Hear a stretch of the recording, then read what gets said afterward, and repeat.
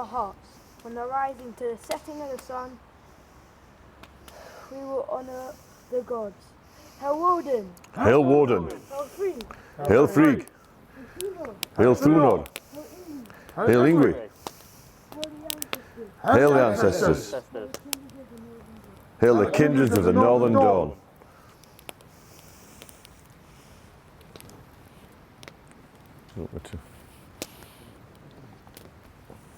Perfect.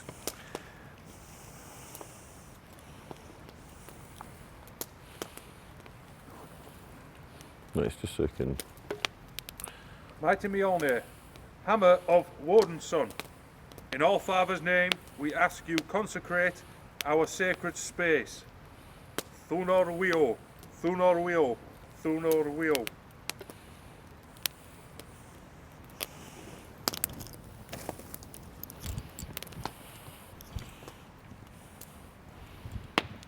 Move round. You move up to there. Got it. No, you're going. You're going to read.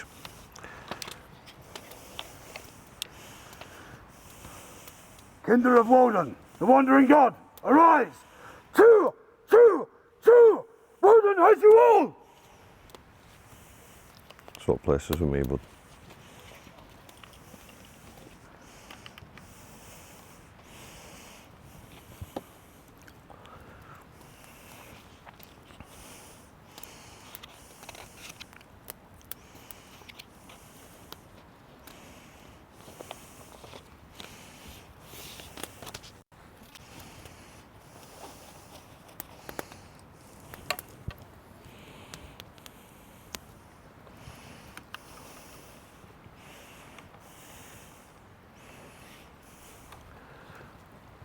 Calling the Old Grey Wanderer, a poem by Ed Fitch from the Rites of Odin. O far-travelling, sky-cloaked wanderer from the far ancient lands, we call to you across mountains and forest and the far limitless grasslands. We call to you across distant time and 100 slow turnings of the vast spindle of the sky. We call to you in lands of mystery, where ravens wheeling darkling skies and the far calling of the wolves, echoing eldritch through crisp night wind, brings close the strange far worlds where humankind has never trod. We call to you beyond the distant icy tundra and the vast plains of snow beneath the unearthly rippling and flowing of the dark northern skies' boreal lights to the golden gates of far Valhalla, where the shimmering bridge of rainbow links the dark Middle-earth of men with the shining realm of the gods. Come to us now and be with us here, Great Woden.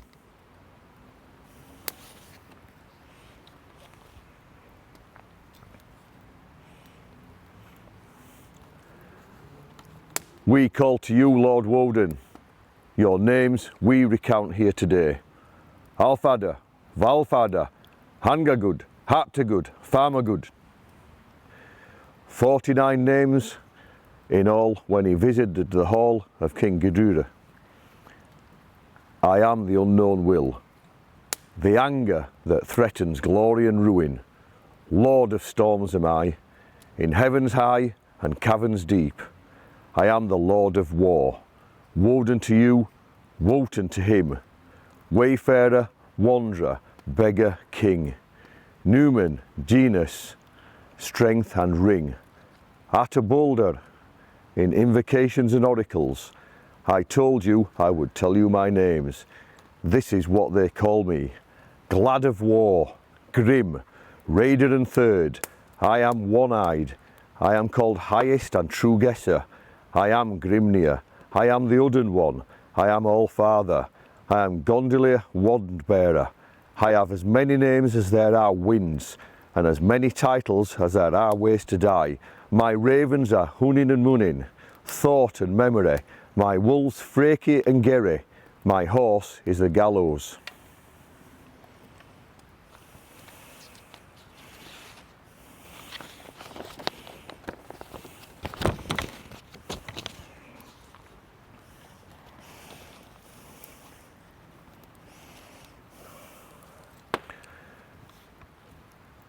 We have got a couple of poems to read tonight.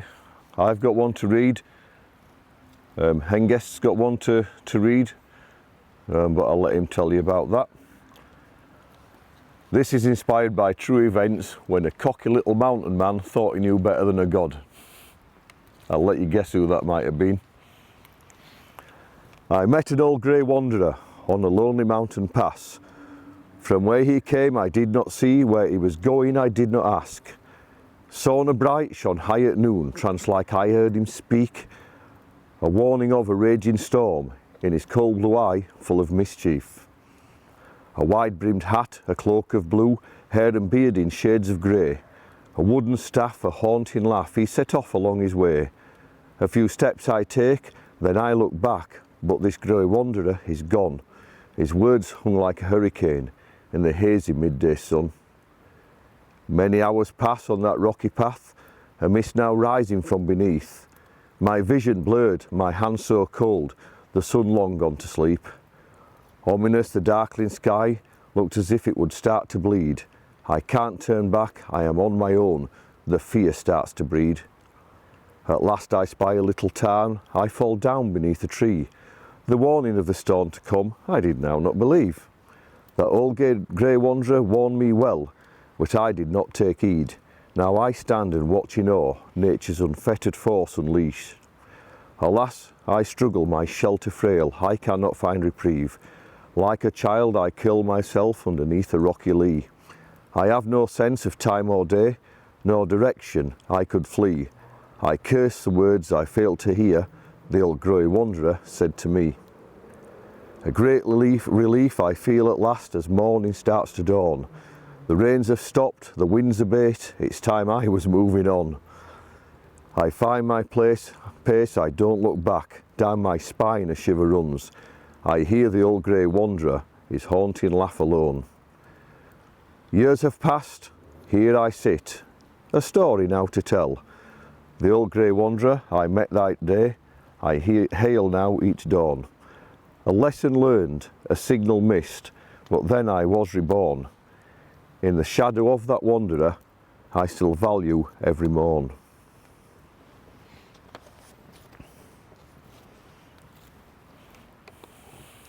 Hengist?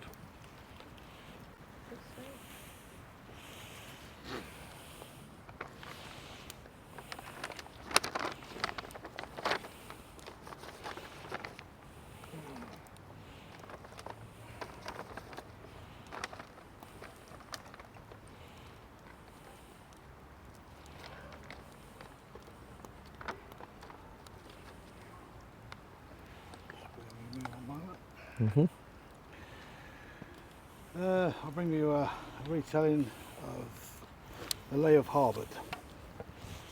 I stand here this evening as a shope or teller of tales to recite some ancient lore about a tale involving our high thunderer, the red-bearded terror, who you may know as Thor.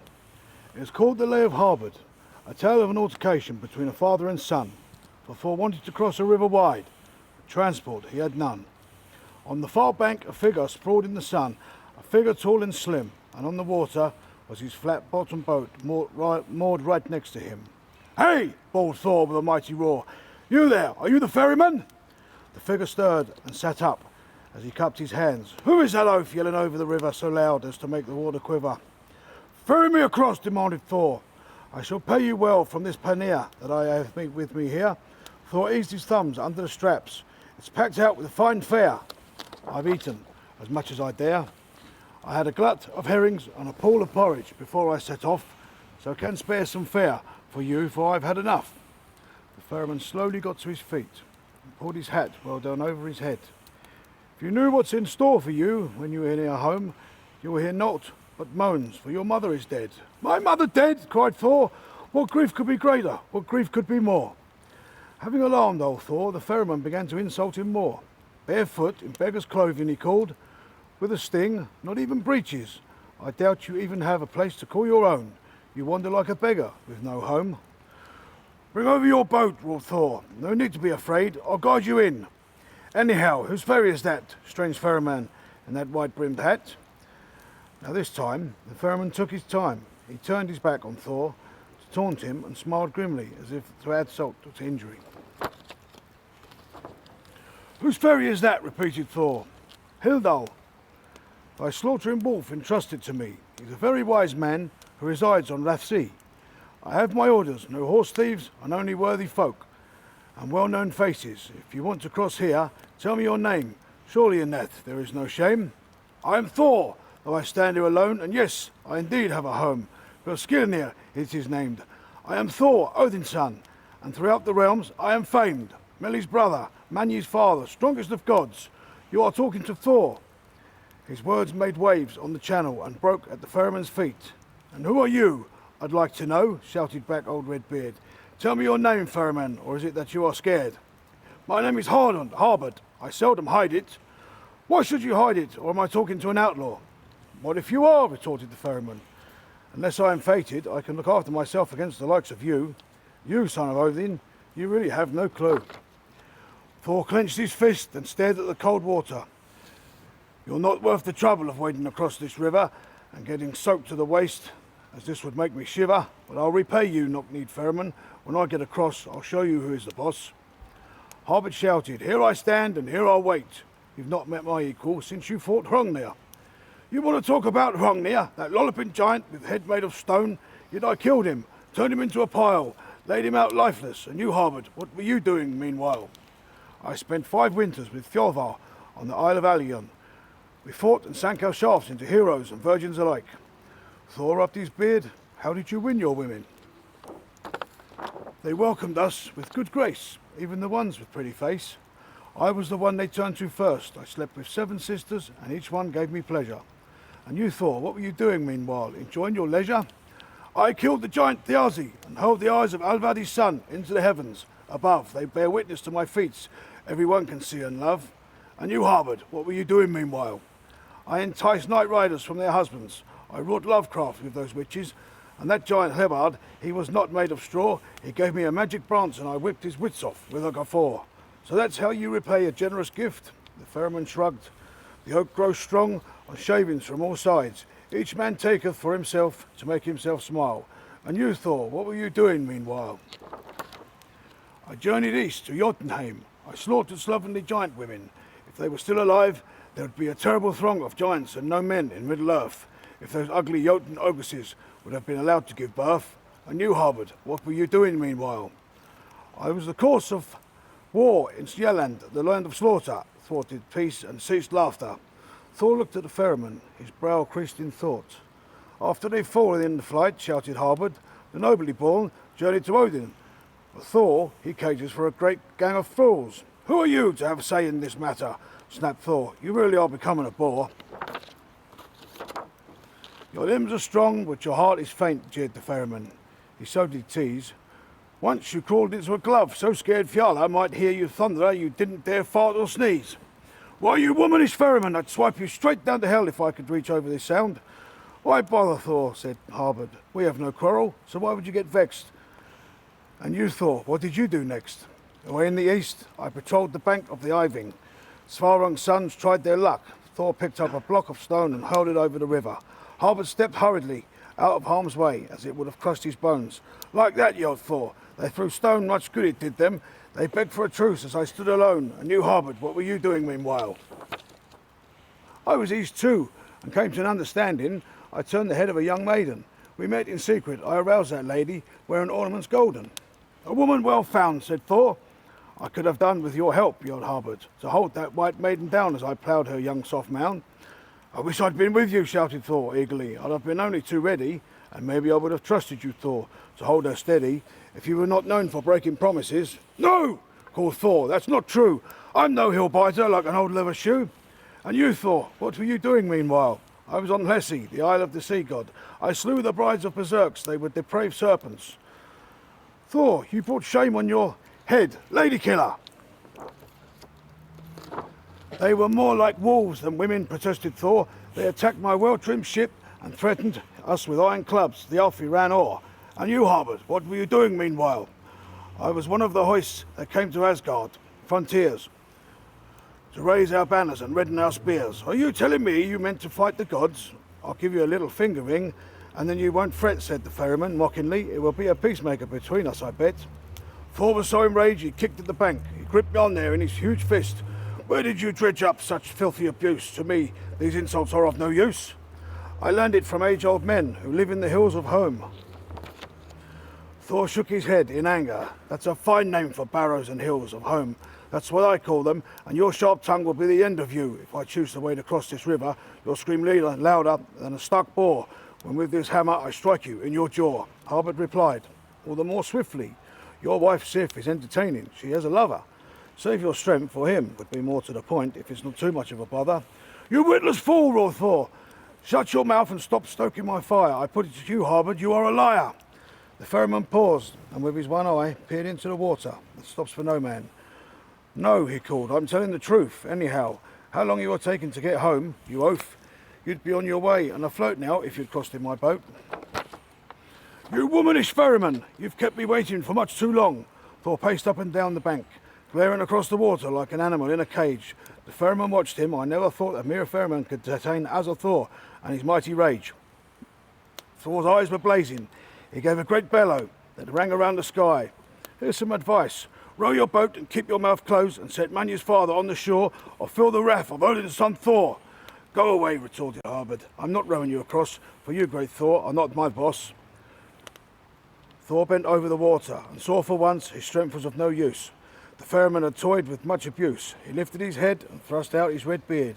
Obvious to him that the ferryman was not scared. If you won't ferry me, tell me how to get the way round. Few words, but many miles, replied Harbard.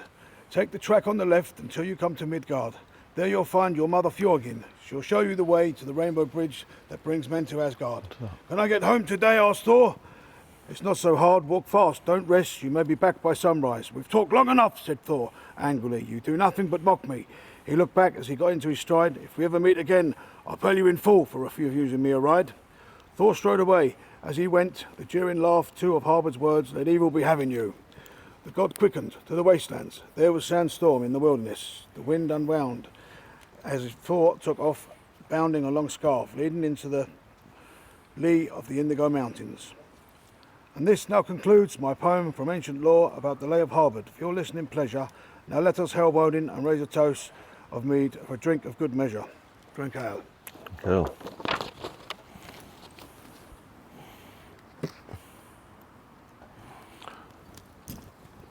Let us do that. Oh, fucking look at it. Oh, can't get top off. Oh, oh, oh, oh. That's it, fucking. We could do with a fucking blaze on, couldn't we? So we can fucking see. Oh no, Carly won't drink. She won't drink my mead. Won't drink my mead.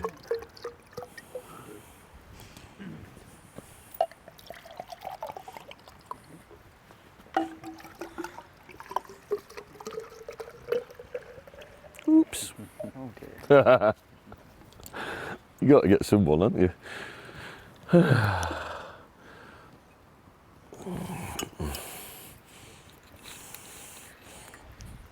Oops.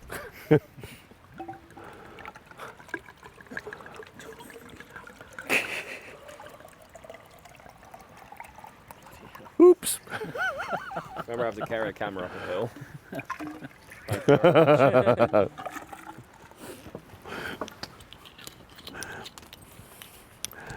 I love pouring mead.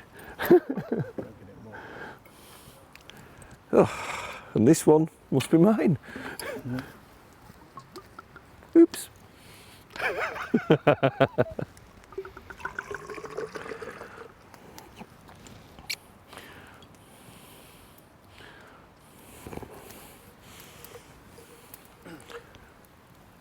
Lord Woden. Lord Woden. Drink ale. Drink ale.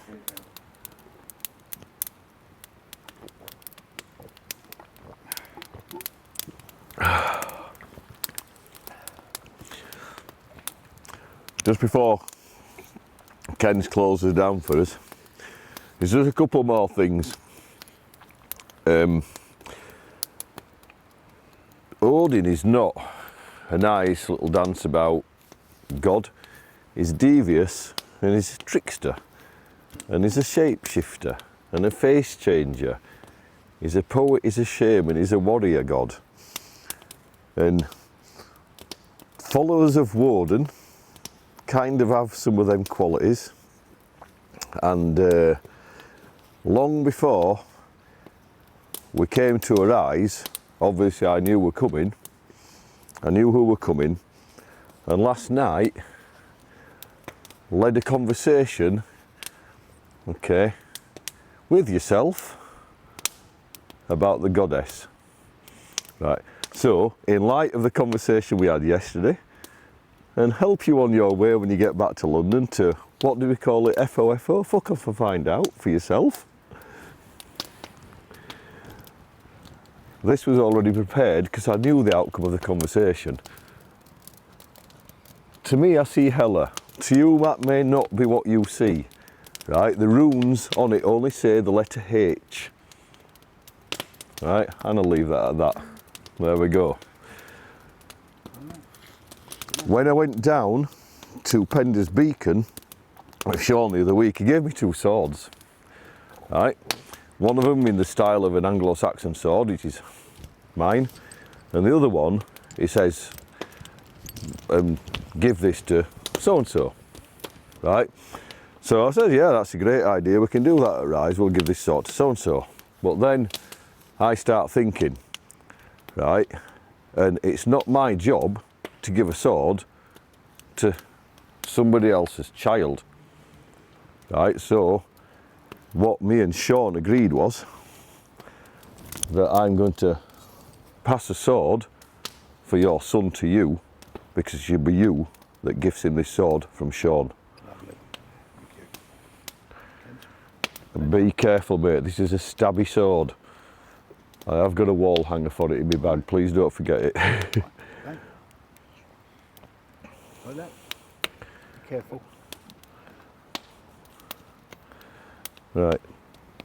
Now let me hold it for you while you do your hammer right, so you don't stab yourself. Smoke in your eyes. Right. Hammer right, Kens, and we're done. Smoke in my eyes. I'll just pop that back on there for tonight, yeah, because while it's dark, I don't want you running around with it, mate. It's fucking dangerous, but clearly you can pick it up and look, it's your sword. Nice and tight. With all our minds, with all our hearts, from the rising to the setting of the sun, we will honour the gods. Hail Woden! Hail Woden! Hail Free! Hail Frigg! Hail Thunor! Hail Tunord! Hail Ingrid! Hail Ingrid! Hail the ancestors! Hail the ancestors! Hail the kindreds of Northern Dawn! Hail the kindreds of the Northern Dawn!